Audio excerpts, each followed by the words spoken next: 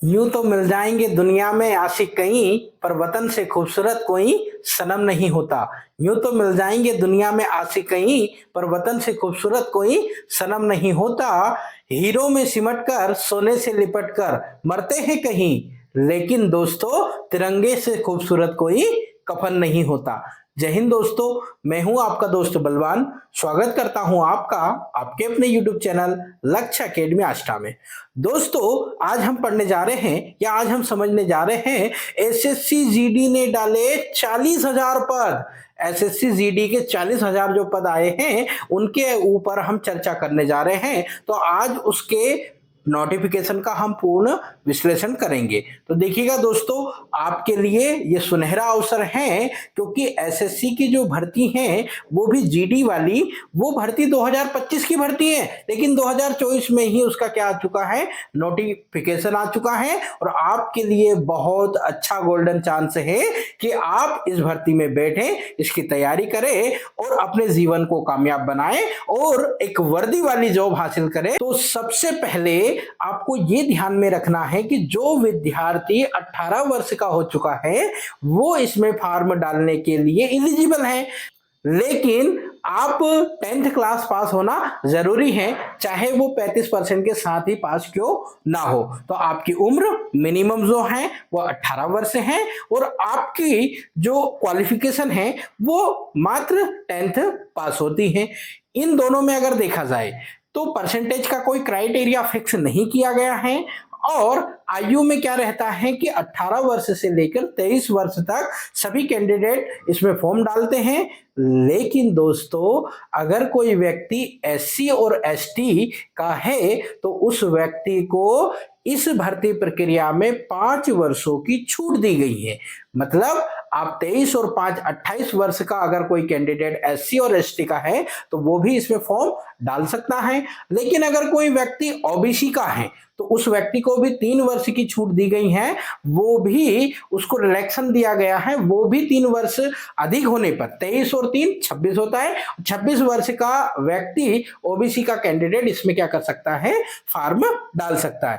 लेकिन दोस्तों, ये फॉर्म डालने वाली प्रक्रिया में आपको सबसे पहले ध्यान ये रखना है कि आपको बारीकी के साथ अपने सही सर्टिफिकेट के साथ में फॉर्म डालना है। तो फॉर्म डालने की तिथि आ चुकी है और एसएससी ने घोषित कर दिया है। तो देखिएगा दोस्तों, एसएससी जीडी भर्ती परीक्षा की सबसे पहली प्रक्रिया जो होगी वो होगी आपके लिए एप्लीकेशन फॉर्म। एप्लीकेशन फॉर्म आ चुके हैं, जिसका जो डेट दिया है वो दिया है 5 सितंबर से लेकर 14 अक्टूबर तक। 5 सितंबर से लेकर 14 अक्टूबर तक की तिथि आपको दी गई है। लेकिन आपके फॉर्म में किसी भी प्रकार की त्रुटि होती है, कुछ मिस्टेक होती है, तो उसको सुधारने के लिए आपके लिए अलग से तारीख दी गई है और वो दी गई है 5 नवंबर से लेकर 7 नवंबर के बीच में। 5/11/2024 से लेकर 7/11/2024 के बीच में आप इसमें संशोधन भी करा सकते हैं। अगर आपका एप्लीकेशन फॉर्म सुचारू रूप से भरा जाता है तो दोस्तों आपको ये ध्यान रखना है कि आपके लिए नंबर ऑफ वैकेंसी कितनी है, आप किस किस डिपार्टमेंट को चूज कर सकते हैं, किन किन फोर्स को चूज कर सकते हैं।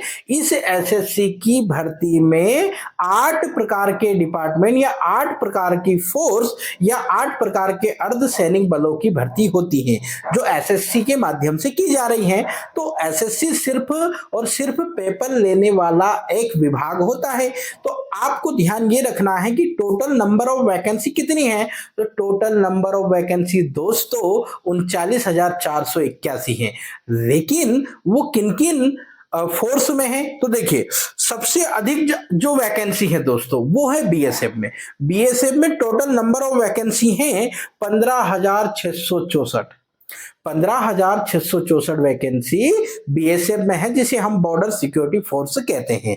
दूसरा सीआरपीएफ। सीआरपीएफ में दोस्तों टोटल नंबर ऑफ वैकेंसी जो है वो है 11,541।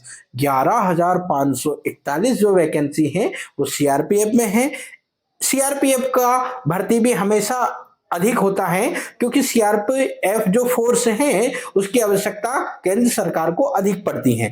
तो देखिए दोस्तों, तीसरे नंबर पर जो है वो है सीआईएसएफ, केंद्रीय औद्योगिक पुलिस बल जो होता है उसकी जो वैकेंसी है वो है लगभग 7,145 पदों पर भर्ती करने जा रहा है सीआईएसएफ।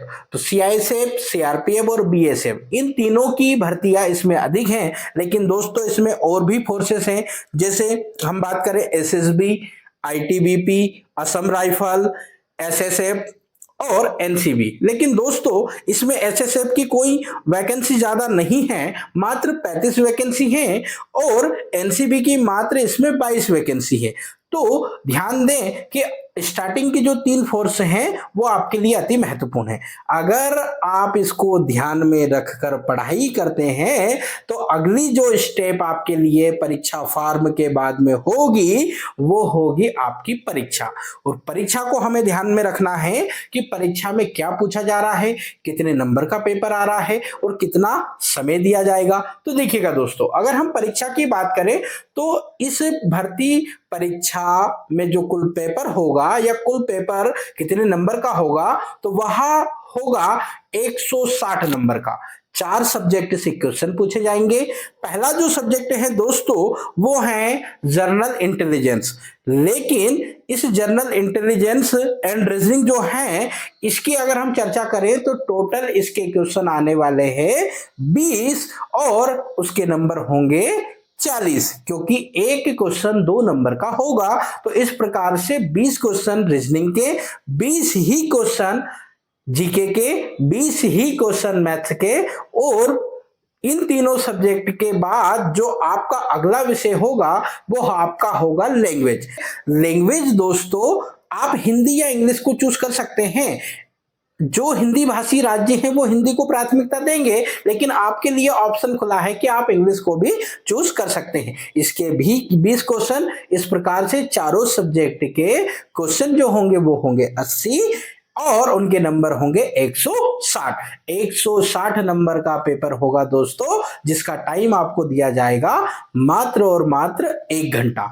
1 घंटे में आपको 80 क्वेश्चन सॉल्व करने हैं। अगर आप मेरिट में आते हैं, इस भर्ती प्रक्रिया में आगे जाना चाहते हैं, तो आपको पेपर पास करना पड़ेगा और पेपर के आधार पर ही मेरिट उठती है। इसलिए जो बच्चा पेपर अच्छे से करता है, जो पेपर को पास करता है और पेपर को पास कर कर अगली स्टेज के लिए क्वालिफाई करता है, उस बच्चे के लिए जो अगली स्टेज होगी वो होगा फिजिकल स्टैंडर्ड। फिजिकल स्टैंडर्ड क्या होता है दोस्तों, अगर इसकी चर्चा करें तो फिजिकल स्टैंडर्ड में एक तो होता है आपके शारीरिक मापतोल और दूसरा होता है आपके लिए रनिंग। तो देखिएगा दोस्तों, अगर आप मेल कैंडिडेट हैं तो आपकी हाइट चाहिए 170 सेंटीमीटर, लेकिन अगर आप फीमेल कैंडिडेट है तो आपकी हाइट चाहिए 157 सेंटीमीटर। ये आपकी हाइट है। लेकिन दोस्तों अगर कोई व्यक्ति एसटी का कैंडिडेट है तो उस कैंडिडेट के लिए यहां पर कुछ विशेष प्रकार की छूट दी गई है। अगर कोई एससी का कैंडिडेट इसमें अप्लाई करता है तो उस कैंडिडेट के लिए 162.5 कुल हाइट दी गई है, और फीमेल कैंडिडेट के लिए जो हाइट दी गई है वो दी गई है 150 सेंटीमीटर। 150 सेंटीमीटर फीमेल कैंडिडेट के लिए हाइट दी गई है जो एसटी की कैंडिडेट होगी उसके लिए। तो देखिएगा दोस्तों, लेकिन इसके अलावा आप अगर अनेकों क्षेत्र से, पहाड़ी क्षेत्रों से या कहीं और से हैं तो इसके लिए हाइट आपको अलग अलग प्रकार से छूट दी जाएगी या आपको रिलैक्सेशन दिया जाएगा। अब अगर हम बात करें कि जो बच्चा इसको फिजिकल स्टैंडर्ड को पास करेगा, जो शारीरिक नापतोल को पास करेगा, उसके लिए होगी दोस्तों रनिंग, और रनिंग होगी आपके लिए अलग अलग। तो देखिए, अगर आप मेल कैंडिडेट हैं तो आपके लिए रनिंग जो रहेगी 5 किलोमीटर होती है, जिसमें कुल समय दिया जाता है 24 मिनट का। लेकिन अगर कोई फीमेल कैंडिडेट है तो उसके लिए रनिंग होगी 1600 मीटर की, और उसमें जो टाइम दिया जाएगा वो 8.5 मिनट का। तो 8.5 minute, 1600 metre running female candidate. Male candidate 5 kilometre running और टाइम दिया जाता है 24 मिनट। लेकिन दोस्तों लद्दाख वाले क्षेत्र में जो पहाड़ी एरिया में निवासरत लोग होते हैं या स्पेशली लद्दाख को इसमें भी रनिंग वाले क्षेत्र में या रनिंग में भी छूट दी गई है या रिलैक्सेशन दिया गया है। क्या रिलैक्सेशन है इनके लिए कि जो मेल कैंडिडेट है वो 1600 मीटर रनिंग करेगा और उसके लिए समय होगा 7 मिनट का। 7 मिनट में मेल कैंडिडेट को जो लद्दाख से बिलोंग करता है उस व्यक्ति को 1600 मीटर रनिंग करनी होगी। लेकिन अगर कोई फीमेल कैंडिडेट है तो उसके लिए ओनली रनिंग होगी 800 मीटर की और टाइम जो है दोस्तों वो है 5 मिनट। फिजिकल स्टैंडर्ड के बाद आप लोगों का मेडिकल होगा और जो फिजिकल क्वालिफाई करेगा उस कैंडिडेट का स्टैंडर्ड लेवल का मेडिकल होगा। लेकिन मेडिकल भी जो स्टूडेंट या जो कैडेट पास कर लेता है उसको फोर्स चूज करना पड़ेगी और फोर्स चूज होगी जो 8 प्रकार की दी गई है उसको। उन फोर्सों में से आपको आपके मेरिट के आधार पर लिया जाएगा। तो फाइनल सिलेक्शन दोस्तों मेरिट के आधार पर होगा। लेकिन दोस्तों यहां पर एक और चीज है, अगर कोई कैंडिडेट एनसीसी का कैंडिडेट है, उसने देश के किसी भी राज्य या किसी भी केंद्र शासित प्रदेश से एनसीसी की है तो उस कैंडिडेट के लिए विशेष प्रकार की छूट दी गई है या विशेष प्रकार का रिलैक्सेशन दिया गया है। एनसीसी सर्टिफिकेट 3 प्रकार के होते हैं।